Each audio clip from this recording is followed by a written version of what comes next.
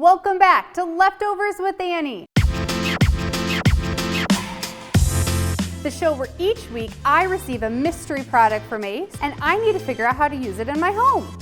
And don't forget, click that subscribe button so you're not missing out on any of these projects.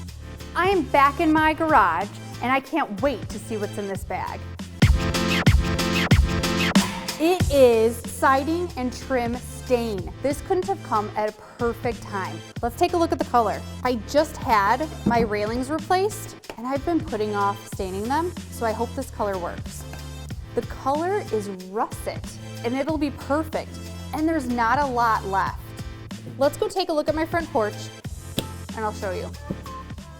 I recently had these railings replaced because they were pretty rotted, and this is the perfect opportunity to introduce a new color besides white. I have everything I need, so let's get to work. Lightly run your hand over the railing. If any portion of the railing feels rough to the touch, grab a fine grit sandpaper. Sanding makes it easier for the stain to absorb into the smoother surface too. Sand in the direction of the wood grain. After prep work, you can start applying the stain, but make sure you cover your deck with plastic or a drop cloth. And for best results, use a nylon brush and stain in the direction of the wood grain.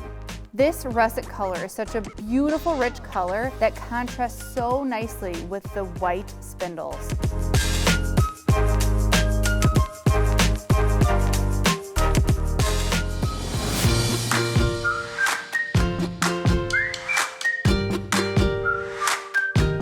That turned out great, and it was easy. I don't know why I was putting it off.